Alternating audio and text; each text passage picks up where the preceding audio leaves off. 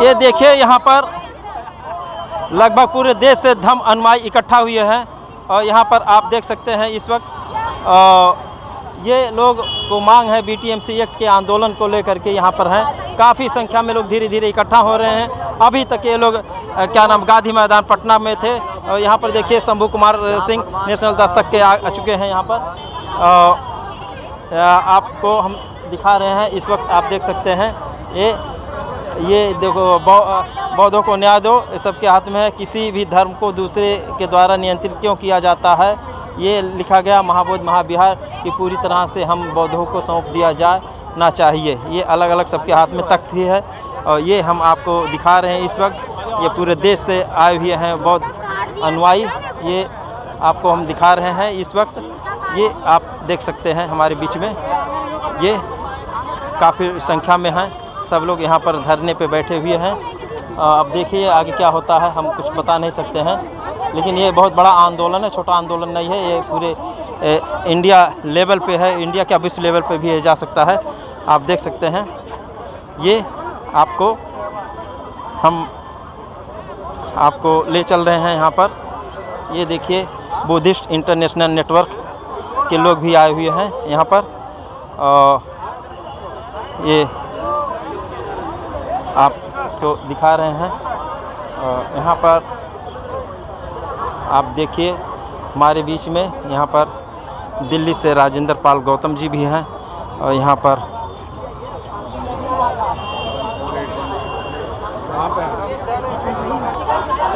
आप यहाँ पर देखिए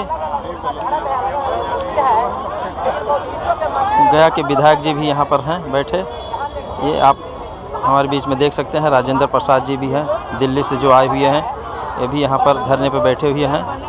और राजेंद्र पाल गौतम जी हैं जो दिल्ली से आए हुए हैं, यहाँ पर धरने पे बैठे हुए हैं। हम आपको दिखा सकते हैं इस वक्त। सर आज आप पटना के गांधी मैदान से पैदल चलते हुए आप यहाँ पर बुद्धा स्मृति टेम्पल के पास आए हुए हैं और आप दिल्ली से चल करके इस रैली में भाग लिए हैं, जो सारे देश के बौद्ध इकट्ठा हुए हैं और बौद्ध भिक्षु लोग भी इकट्ठा हुए हैं। क्या मैसेज देना चाहते हैं हमारे चैनल के माध्यम से? मैं एक ही मैसेज देना चाहता हूँ। पहली बात तो भारत के मूल निवासी जो लोग हैं SC ST OBC के रूप में आज जाने जाते हैं, उन्हें अपने पूर्वजों के इतिहास को पढ़ना चाहिए, समझना चाहिए। और जब वो अपने इतिहास को पढ़ेंगे तो उन्हें पता लगेगा कि उनके पूर्वज बौद्ध थे। हम लोग अंधविश्वास पाखंडवाद को मानने वाले लोग नहीं थे। हम लोग वैज्ञानिक दृष्टिकोण को मानने वाले लोग थे। हम लोग तथागत बुद्ध के धम्म के हिसाब से समता, स्वतंत्रता, बंधुता, न्याय, प्रज्ञाशील, करुणा और मैत्री के मार्ग पर चलने वाले लोग थे। हम लोगों ने कभी अंधविश्वास पाखंडवाद को बढ़ावा नहीं दिया। हमारे बीच में कोई जाति नहीं थी, कोई वर्ण नहीं था, सब बराबर थे, सब बौद्ध के रूप में जाने जाते थे। और ये जो महाबोधि टेम्पल है बिहार के अंदर, पटना जो बौद्ध गया के अंदर, यानी वो मगध, सम्राट अशोक का मगध, उस मगध की राजधानी पाटलिपुत्र, उस पाटलिपुत्र के जिसे आज पटना के रूप में जानते हैं, वहाँ से जो आज आंदोलन की शुरुआत हुई। और ये बुद्धा पार्क पे आके जो 20 मार्च से निकाल के यहाँ पे आके जो धरने में बैठे हैं, एक ही मांग को लेकर हम बैठे हैं कि हम लोग बौद्ध हैं, हमारे पूर्वज बौद्ध थे, हम लोग शांति में भरोसा रखते हैं। और ये जो हमारा आस्था का केंद्र है महाबोधि टेम्पल, उसका संचालन केवल बौद्धों के हाथ में होना चाहिए। ये जो BT एक्ट के तहत महाबोधि टेम्पल मैनेजमेंट कमेटी में 4 बौद्ध के साथ 4 पंडे हैं, 4 ब्राह्मण हैं और वहाँ का जिलाधिकारी उसका चेयरमैन होता है। इस एक्ट को रिपील किया जाना चाहिए और महाबोधि टेम्पल का संचालन पूरी तरह बौद्धों को दिया जाना चाहिए।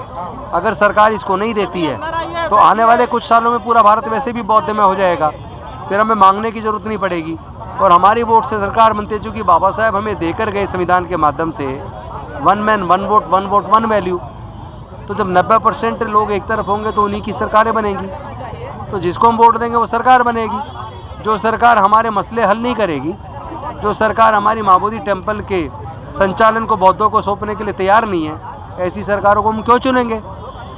फिर हम अपनी सरकार बनाएंगे और अपना एक्ट तुरंत रिपील करके बौद्धों को दे देंगे और फिर वहाँ से शिक्षा का केंद्र, ज्ञान का केंद्र बनेगा, चिकित्सा का केंद्र बनेगा, वहाँ से मानव के कल्याण के लिए काम होगा, जो अभी नहीं हो रहा है। अभी तो जो वहाँ चढ़ावा चढ़ता है अरबों करोड़ों रुपया, वो कुछ पंडे खा जाते हैं। इसलिए इस महाबोधि टेम्पल की मुक्ति का होना बहुत ज़रूरी है उसी के लिए हम दिल्ली से चल के आए हैं। और अब तो पूरा भारत के लोग क्या पूरी दुनिया जान गई है कि भारत बौद्ध में देश था और भारत से बुद्ध का संदेश जो पूरी दुनिया में शांति और मानवता का संदेश गया है।